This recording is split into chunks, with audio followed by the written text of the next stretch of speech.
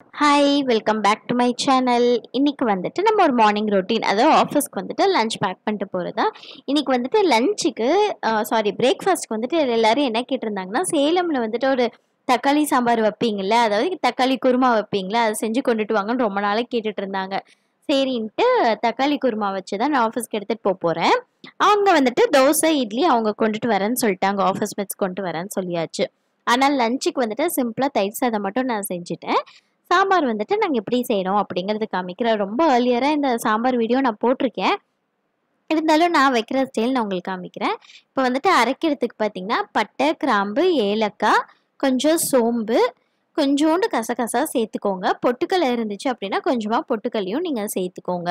இது கூடவே நம்ம காரத்துக்கு ஏற்ற மாதிரி வரமிளகாவும் இதில் சேர்த்துக்கலாம். வரமிளகா கூடவே கொஞ்சமாக இஞ்சி, பூண்டு, அப்புறம் தேங்காய், தக்காளி, இது எல்லாமே வந்துட்டு நம்ம சேர்த்துப்போம். மொத்தம் வந்துட்டு 10 பொருள் கணக்கு வரும். நீங்கள் கைவிட்டு எண்ணுனீங்க அப்படின்னா கரெக்டாக கணக்கு வரும். பட்டை, கிராம்பு, சோம்பு, ஏலக்காய், தக்காளி, வெங்காயம், பொட்டுக்கல்லை, இஞ்சி, பூண்டு, உப்பு, இது எல்லாமே சேர்த்திங்கன்னா 10 பொருள் வரும் நம்ம பச்சையை அரைக்கிறதுக்கு. தக்காளி வந்துட்டு நான் இப்போது 3 பேத்துக்கு செய்கிறோம் அப்படின்னா ஒரு பெரிய வெங்காயமும் ஒரு 3 தக்காளியும் நான் போடுவேன். போட்டு இது எல்லாமே பச்சையாக ஃபஸ்ட்டு நம்ம அரைச்சி எடுத்துக்கலாம். இப்போ தாளிக்கிறதுக்கு பார்த்திங்கன்னா, எப்போ போல் கடுகு, கருவேப்பிலை, ஒரு 2 பச்சை மிளகாய் இதெல்லாம் போட்டு தாளித்து விட்டுக்கலாம். அப்புறம் வெங்காயம் வந்துட்டு கொஞ்சம் நீட்ட வாக்கில் அரிஞ்சுக்கோங்க, பொடியாக அரியாமல் கொஞ்சம் நீட்ட வாக்கில் நம்ம அரிஞ்சு போட்டோம் அப்படின்னா நல்லாயிருக்கும். சாப்பிடும்போது அந்த வெங்காயம் வந்துட்டு கொஞ்சம் இனிப்பு கலந்த மாதிரி வரப்போ ரொம்ப நல்லாயிருக்கும். இது வந்துட்டு அம்மா செஞ்ச ஒரு டேஸ்ட் வரும், எங்கள் அத்தை செஞ்ச ஒரு டேஸ்ட் வரும், நான் செஞ்ச ஒரு டேஸ்ட் வரும், ஒருத்தவங்க செஞ்ச ஒரு மாதிரி டேஸ்ட் வரும். ஸோ இது எல்லாமே போட்டு வணக்கிடலாம். நிறைய பேர் வந்துட்டு நான் என்ன படிச்சிருக்கிறேன், என்ன ஜாபுக்கு போகிறேன்லாம் கேட்டிருந்தீங்க. நான் படித்தது வந்துட்டு MBA with HR and marketing படிச்சிருந்தேன். இப்போ நான் போயிட்டுருக்கிறது பார்த்திங்கன்னா ஹெச்ஆராக தான் போயிட்டுருக்கேன். ஒரு FMCG கம்பெனியில் ஹெச்ஆராக ஒர்க் பண்ணிகிட்ருக்கேன்.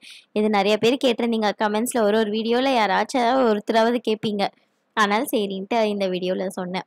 இப்போ வணக்கிறதுக்கும் பார்த்திங்கன்னா ஒரு ஹாஃப் தக்காளி மட்டும் வணங்கும் போது போட்டுக்கோங்க. தேவையான அளவு உப்பையும் சேர்த்துட்டு இது நல்லா வணக்கினதுக்கு அப்புறமேட்டு நம்ம அரைச்சி வச்சுருக்கிற பேஸ்ட் இருக்கு இல்லையா, அதை எடுத்து ஊற்றிடலாம்.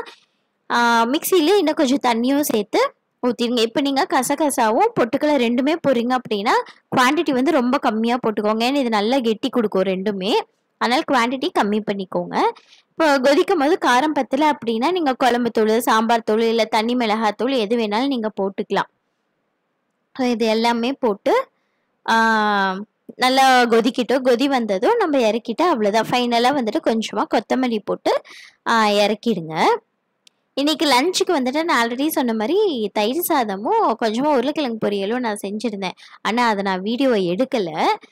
ஏன்னா ஃபுல்லும் சாம்பார் மட்டும் எடுத்துகிட்டு இருந்தனால நான் சைட் பை சைடு வந்துட்டு லஞ்சுக்கு வந்துட்டு ரெடி பண்ணி எடுத்துட்டேன். ஏன்னா மார்னிங்கும் ஆஃப்டர்நூனும் சேர்த்தி செய்யணும் இல்லையா, அதனால் ஒன்றா வீடியோவில் எடுத்துக்கிட்டே செஞ்சு ஆஃபீஸ்க்கெலாம் கிளம்புறதுக்கு ரொம்ப லேட் ஆகிடும். அதனால் நான் சாம்பார் வீடியோ மட்டும்தான் நான் எடுத்திருக்கேன். இது வந்து தெரியாதவங்க செஞ்சு பாருங்கள். நிறைய பேர் மோஸ்ட்டாக இந்த ஊரில் சென்னையில் எல்லோரும் குருமான்னு சொல்லுவீங்க, சேலமில் வந்துட்டு நாங்கள் வந்து தக்காளி சாம்பாருன்னு சொல்லுவோம். அவ்வளோதான், சாம்பார் வந்துட்டு ரெடி ஆயிடுச்சு. இது வந்துட்டு இட்லி தோசைக்கு சூப்பராக இருக்கும்.